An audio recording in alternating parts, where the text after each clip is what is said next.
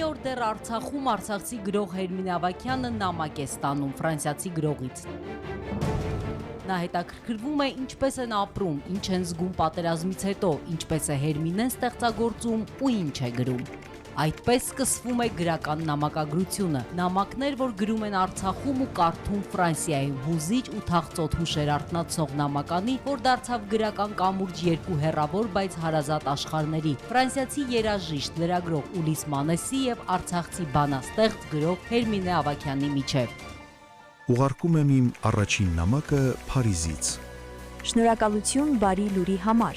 որը կիսում եք ինձ հետ, իմ երկրի համար դժվարին եւ անորոշ այս օրերին։ Հերմինեն Ուլիսին իր բանաստեղծական շնչով ու հուշերի նուրբ թելերով տանում է Արցախի թաքնված արահետներով, որտեղ մանկության երանգներն ու հայրենի յուղի բույրերը խառնվում են պատերազմի մշուշին։ Գիրք, որ ծնվեց պատերազմի ու Արցախի կորստի օրերին, երբ ֆրանսիացի երիտասարդն անհանգիստ ու տագնապած սպասում էր իր նամակի պատասխանին։ Նամակներ գրված լուսավոր կարոտով, զրույցներ, որտեղ բառերը չեն կարող փոխանցել հայրենի տունը լքելու ցավը։ Ողջույն սիրելի Ուլիս, դուք ինձ հարցրել եք, թե ես երբ ու ինչ պայմաններում եմ ստեղծագործում։ Ասեմ միայն գիշերն եմ գրում, որովհետև Արցախի կորեստից հետո ինձ մոտ անքնության շրջան է սկսվել։ Սիրելի Հերմինե, լեռների տիրուհի, համացանցը փորփրեցի ու մի քանի հոդված կարդացի Շուշիի մասին։ Լուսանկարներով տեսա Շուշիի հոյակերտ հազանչեցոց տաճարը, որը կրում է հաջորդական ողբերգությունների հիշողությունն ու անցյալի վերքերը։ Երկլեզու հայ-ֆրանսիական գիրք, որ ծնվեց երկու օտար հոգիների հանդիպումից, հուշեր նամակներով, որ ապրելու են ժամանակից դուրս ու տարածությունից անդին։ Հերմինե Ավագյան, Ուլիս Մանես, նամակներ դրախտից, որտեղ ոչ ոք չկա, Արցախ, Ֆրանսիա։ Ինչ վերադարձանք սիրելի հեռուստադիտողներ։ Բարի առավոտ։ Բարի առավոտ։ Եվ այսպես, եւս մեկ անգամ հիշեցնենք, որ Նյումեկ հրատարակչությունը ներկայացնում է արցախցի գրող, բանաստեղծ Հերմինե Ավագյանի եւ ֆրանսիացի երգիչ, լրագրող, փիլիսոփայության դոկտոր Ուլիս Մանեսի գիրք-նամականին, որը կոչվում է Նամակներ դրախտից, որտեղ ոչ ոք չկա։ Նամակագրությունը սկսվել է Ուլիս Մանեսի նախաձեռնությամբ, գրքի թարգմանությունը երգահան երգչուհի Լիլիթ Բլեյանինն է։ Մեր տաղավարում են Ուլիս Մանեսը, ով հատուկ այս գրքի համար հրատարակության համար Ֆրանսիայից ժամանել է Հայաստան, եւ իհարկե երգահան թարգմանիչ, թարգմանչության հարցում մեզ օգնող Լիլիթ Բլեյանը։ Բարի առավոտ։ Շնորհակալություն հյուրընկալվելու համար, բարի գալուստ Հայաստան։ Ուլիս, նախ կխնդրենք պատմել, թե ինչպես որոշեցիք գրել Հերմինեին, որն էր դրդապատճառը։ Merci pour votre invitation. Je suis très touché d'être invité chez vous ce matin. Avec plaisir.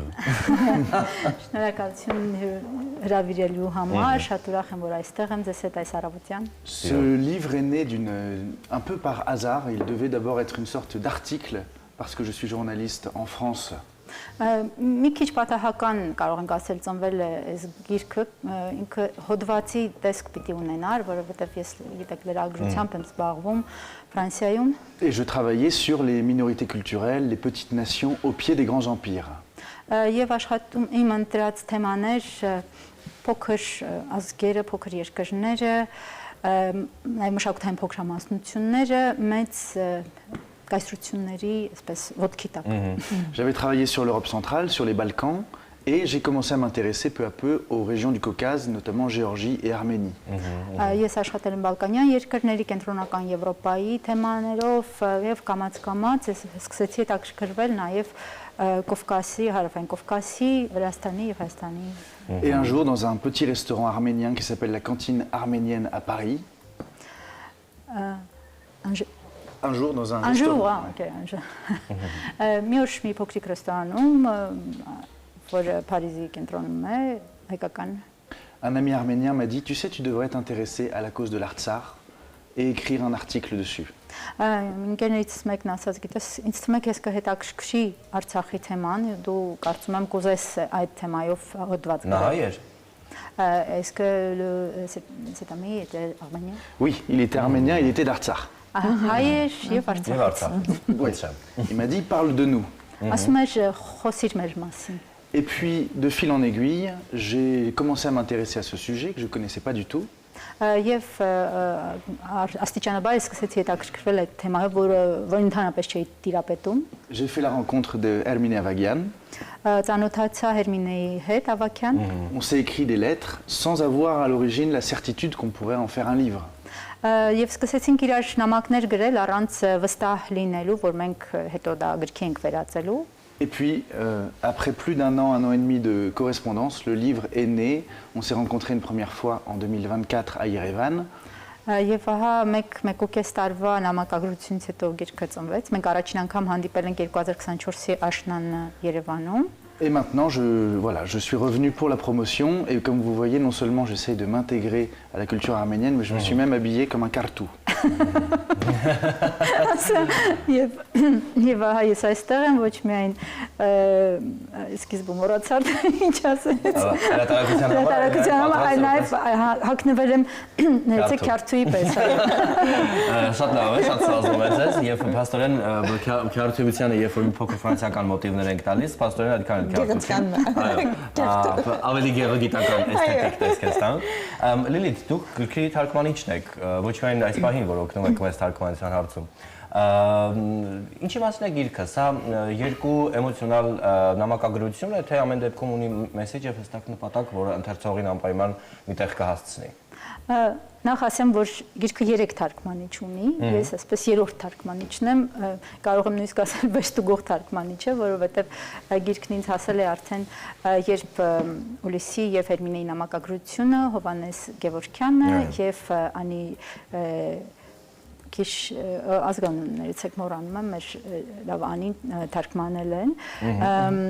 Այսինքն մի քիչ ավելի հում վիճակում եմ ես ստացել, ես արդեն այնտեղ որոշ հատվածներ թարգմանել եմ, վերաթարգմանել եմ, խմբագրել եմ անցել վրայով։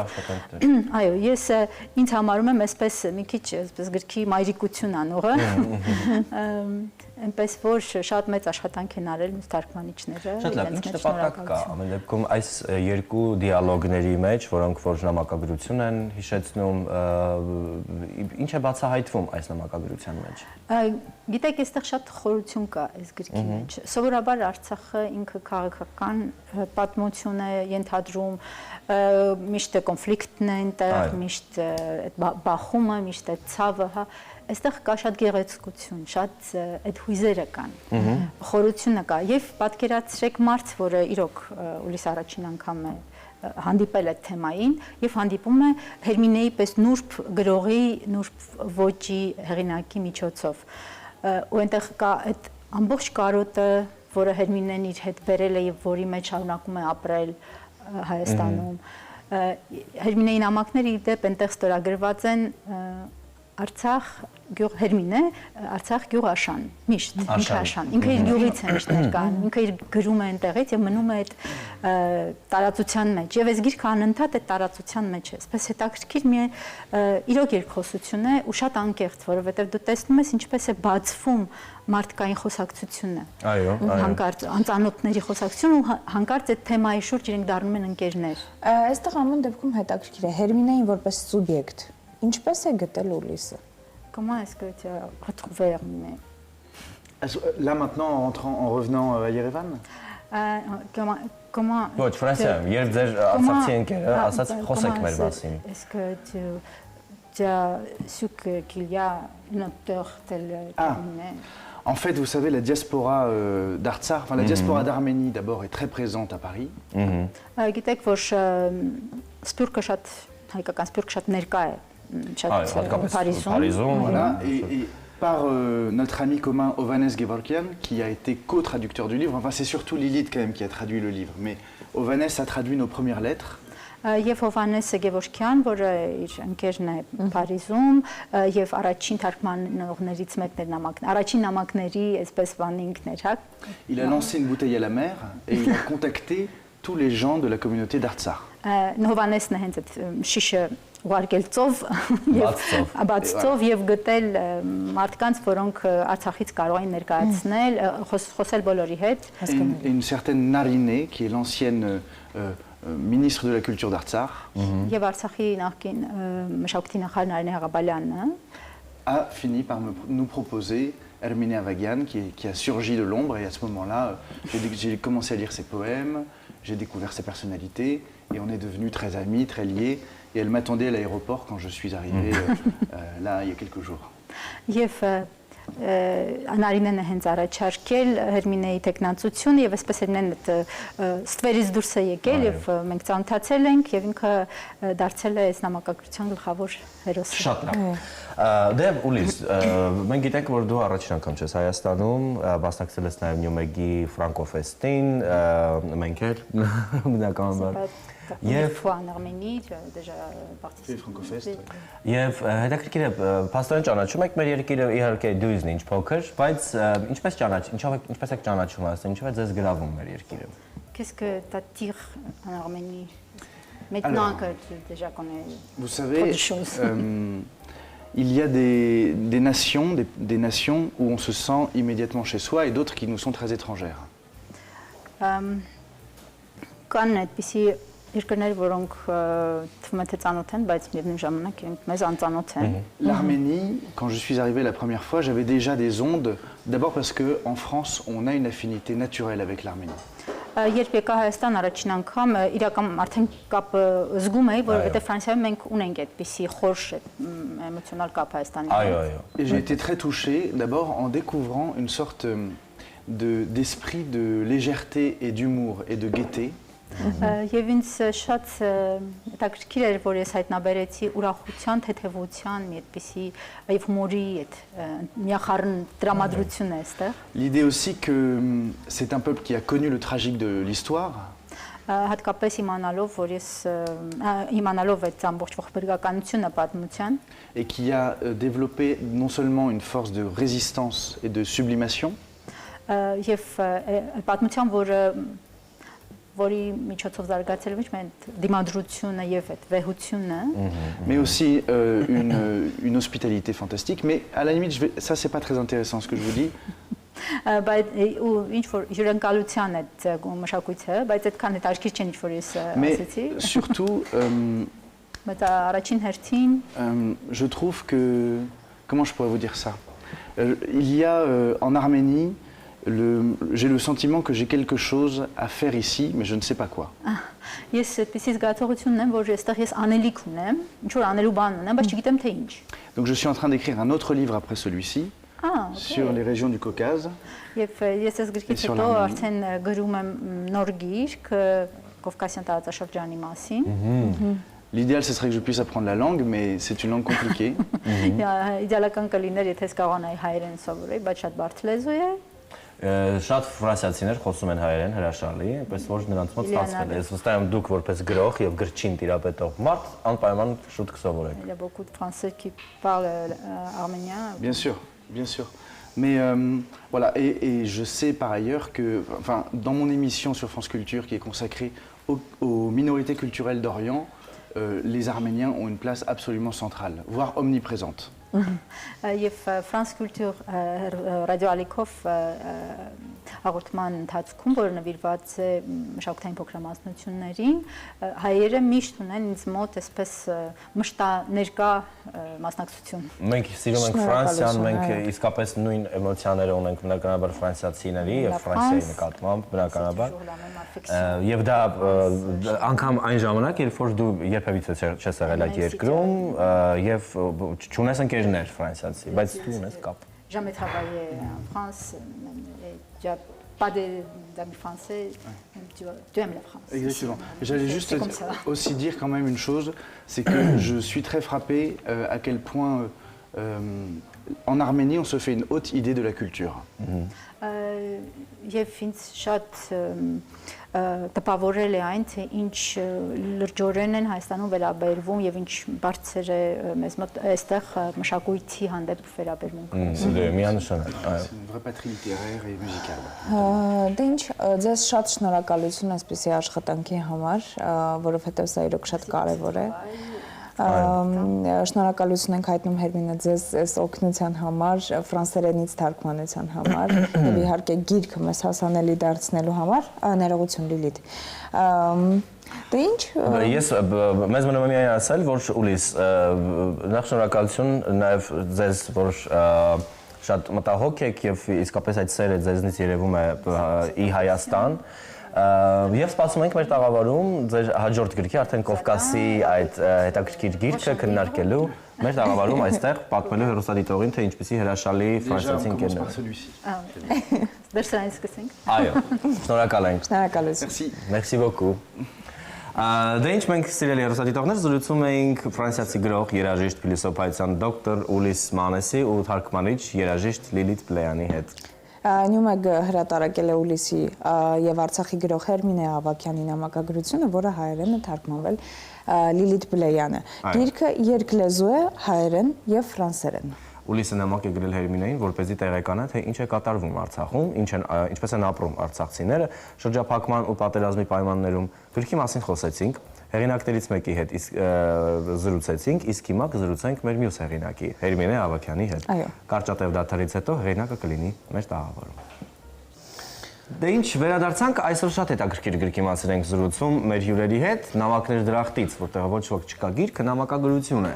Նամակները միմյանց գրել են արցախցի գրող, բանաստեղծ Հերմինե Ավագյանն ու ֆրանսիացի լրագրող, երգահան Ուլիս Մանեսը։ Այո, գրքի մասին խոսեցինք հեղինակներից մեկի հետ, իսկ հիմա կզրուցենք մյուս հեղինակի հետ, Հերմինե Ավագյանի հետ։ Բարի առավոտ։ Բարի առավոտ։ Շնորհակալություն մեզ հյուրընկալվելու համար։ Ինչպես արձագանքեցիք։ Դուք հետևում եք մեր զրույցին։ Ինչպես արձագանքեցիք, երբ առաջին անգամ նամակ ստացաք Ուլիսից։ Իրականում շատ անսպասելի էր այս նախաձեռնությունը, ինչպես ես լսում էի, Ուլիսը պատմեց արդեն ինչպես է նախաձեռնությունը սկսել, բայց մի շատ կարևոր հանգամանք ուզում եմ նշել, երբ որ 2023 թվականի դեկտեմբերին փակվեց Մայր Հայաստանից դեպի Արցախ տանող ճանապարհը, այդ ժամանակ ցավոք ես Երևանում էի եւ հնարավորություն ունեցա վերադառնալու Արցախ ու արդեն գարնանը 2024 թվականին ես զանգ ստացա մեր մշակույթի նախարար Տիկին Աղաբալյանից եւ նա ինձ ասաց այս նախաձեռնության մասին ու առաջին զգացողությունը մտածում էի, որ քանի որ ես Արցախում չեմ, ճիշտ չի, որ ես գրեմ այդ նամակները, բայց Տիկին Աղաբալյանը ինձ ասաց, որ միանշանակ մենք որոշել ենք, որ դու ես լինելու այդ հեղինակը եւ ես զգացի, թե ինչքան շատ կարիք ունեմ խոսելու Արցախի մասին, որովհետև եւ այդ մեղավորությունը, որ չէի կարողանում գնալ Արցախ, եւ այդ անզորությունը, անորոշությունը, կարոտը, այդ ամեն ինչ այնքան էր իմ մեջ միախառնվել իրար, որ ես շատ գրելու, խոսելու ցանկություն ունեի։ Եվ սա մի թերապիայի նման մի բան էր, երբ որ առաջին նամակը ստացա Ուլիսից, գիտեք, նույնիսկ ես այնքան էի շփոթված, այնքան է ուզում պատմել, խոսել, որ չփնտրեցի այդ մարդուն սոցցանցերում, տեսնեմ ում եմ գրում, ով է, ինչ մասնագիտություն ունի։ Ես ուղղակի ուզում էի խոսել, պատմել, եւ առաջին նամակը այսպիսին էր, որ պատմիր ինձ Արցախի մասին քո մանկությամբ։ Ու ես գրեցի առաջին նամակը իմ մանկության մասին եւ ճիշտ է, որ մանկություն եւ պատերազմ, Արցախի առաջին պատերազմ չի կարելի իրարից անջատել, որովհետև Արցախի առաջին պատերազմը շատ մեծ ազդեցություն է ունեցել իմ սերնդի մանկության վրա եւ կարելի է ասել մենք այդպես էլ չենք ապրել մեր մանկությունը, բայց ես չի ուզում ցավի մասին գրել ֆրանսիացուն, խոսել պատերազմի մասին, բայց առանց լալկանության, առանց այդ անընդհատ այդ հորետեսության ու ես որոշեցի, որ իմ մանկության միջոցով պատմելու եմ այն Արցախում ապրող այն երեխաների երազանքների մասին, լուսավոր երազանքների մասին, որ ունեն աշխարհի բոլոր երեխաները, որովհետև մենք ոչ մի բանով չենք տարբերվում աշխարհի երեխաներից եւ ինչպես նրանք են ուզում ունենալ տիկնիկներ, պայծառ մանկություն, խաղալ բակում անհոգ, ուտել շոկոլադ, պաղպաղակ, որ չկար այդ ժամանակ Արցախում, այնպես էլ դա էր մեր պայծառ երազանքները, որ խլել էր պատերազմը մեզնից, ու ես դրա մասին գրեցի իմ առաջին նամակը։ Հերմինե, իսկ հետաքրքիր է, դուք խոսքի սկզբում նշեցիք, որ Երևանում եք այդ ընթացքում։ Գործի բերումով եք Երևանում, թե արդեն տեղափոխվել եք Երևանում բնակության։ Այնպես էր ստացվել, որ 2021 թվականից իմ աշխատանքը Արցախում էր, մասամբ Արցախում էր, մասամբ Հայաստանում էր, եւ ես անդադ Արցախ-Հայաստան ճանապարհին էի, ամսվա մի մասը Արցախում էի, մի մասը այստեղ էի, եւ հենց դեկտեմբերի 12-ին, երբ որ փակվեց դեպի Արցախ տանող ճանապարհը, ես պետք է գնայի Արցախ ու այնտեղ պետք է Գանձասարում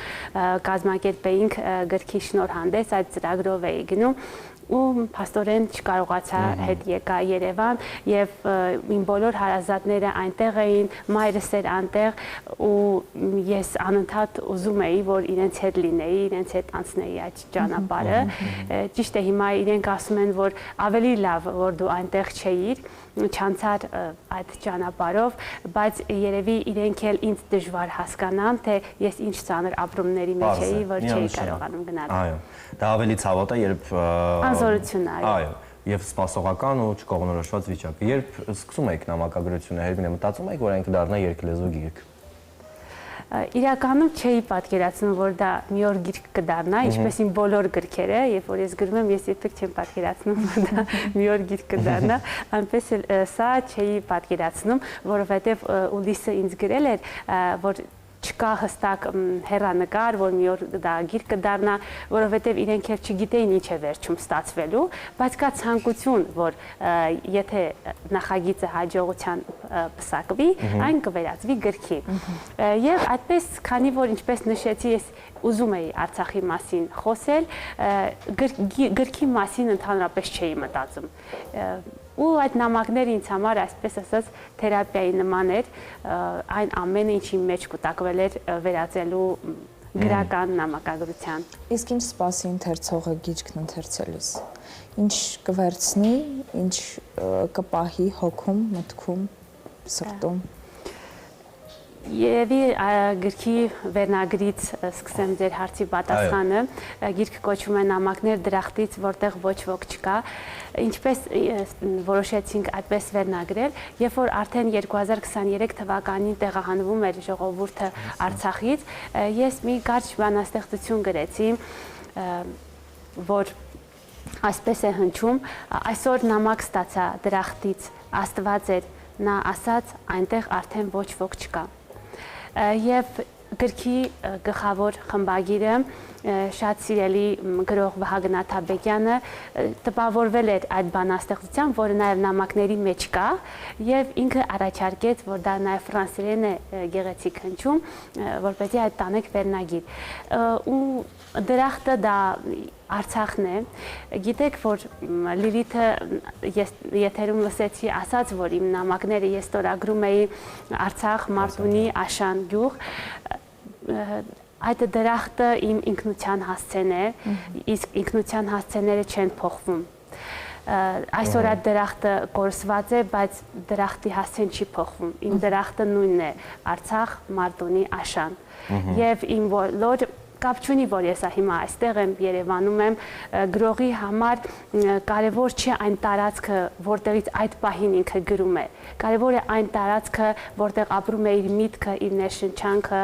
եւ իմ միտքը, իմ ներշնչանքը, իմ էությունը ամբողջությամբ մնացել է նույն հասցեում, նույն դրախտում, Արցախ, Մարտունի, Աշան։ Հերմինե, հետաքրքիր է